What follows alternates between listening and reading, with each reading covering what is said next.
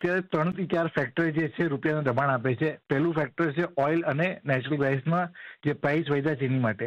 આરબીઆઈનું એક સ્ટેટમેન્ટ હતું કે અગર $10 રૂપિયો વધે છે, ક્રૂડ ઓઇલ વધે છે, તો આપણા ટ્રેડ ડેફિસિટમાં એન્યુઅલી 13 to 15 બિલિયનનું ડેફિસિટ વધે અને કરંટ એકાઉન્ટ ડેફિસિટ જે છે એ 0.3 to 0.5% ઓફ જીડીપી વધે.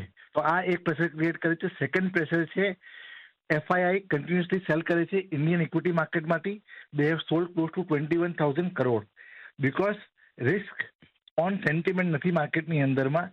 એની માટે એફઆઈઆઈ જે છે બધી જગ્યાથી પૈસા ઇક્વિટી માર્કેટમાંથી નીકાળે છે. તમે જુઓ તો બ્લેક રોકે પોતાના ઇન્વેસ્ટરને કીધું હતું કે અમે આઉટફ્લો જે છે મેક્સિમમ નેટ એસેટનું 5% કરશું.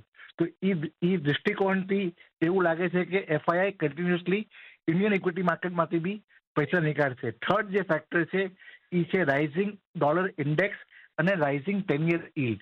આ બધા રીઝનની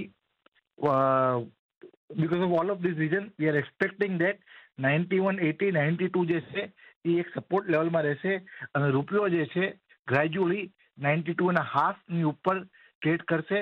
ઇવેન્ચ્યુઅલી જે રેઝિસ્ટન્સ આવશે અપર આખા ટ્રેન્ડ લાઇનનું એ 92.90 અને 93 નો લેવલમાં રૂપિયો રૂકી શકે છે. પણ અત્યારે તો એવું લાગે છે કે રૂપિયામાં પ્રેશર બન્યું રહેશે અને every dip has to be boat.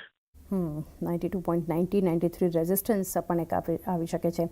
છેલ્લે એક અમે જાણીએ ઓવરઓલ જે ક્રૂડમાં જો અગર આવનારા સમયની અગર વાત કરીએ તો એક સતત આ ઉછાળો જોવા મળી શકે છે. રૂપિયો એની સામે એક જે વીકનેસ સતત અગર બતાવે તો કરંટ એકાઉન્ટ ડેફિસિટ તો તમે મેન્શન કર્યું. બીજું એ જાણવું હતું ઇન્ડિયાના ઇન્ફ્લેશન અને જે ઇન્ટરેસ્ટ રેટ આઉટલુક છે over the next 2 to 3 quarters એમાં કઈ રીતે અસર જોઈ રહ્યા છો આપ?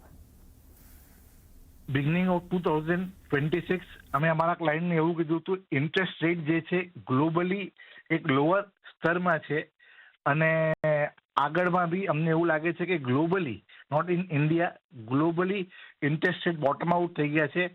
બિકોઝ ક્રૂડ ઓઇલના પ્રાઇસના વધવા કારણે ઇન્ફ્લેશન જે છે એ સ્ટ્રોંગલી કમબેક કરશે ગ્લોબલી અને જેટલા બી સેન્ટ્રલ બેંક છે એનું જે સ્ટેન્સ છે ઇન્ટરેસ્ટ રેટ પરથી એ કટડાઉનની તરફ નહીં થાય અને gradually they are going to increase the interest rate. તો એક વ્યૂ ને જે એક અસર રૂપિયામાં સતત વીકનેસ ક્રૂડમાં એક સ્પાઇક એની આપણને બતાવી શકે છે. અમિત થેન્ક યુ અમારી સાથે જોડાઈને ઓવરઓલ આપના વ્યૂઝ શેર કર્યા. Pleasure is mine. Thank you. Amit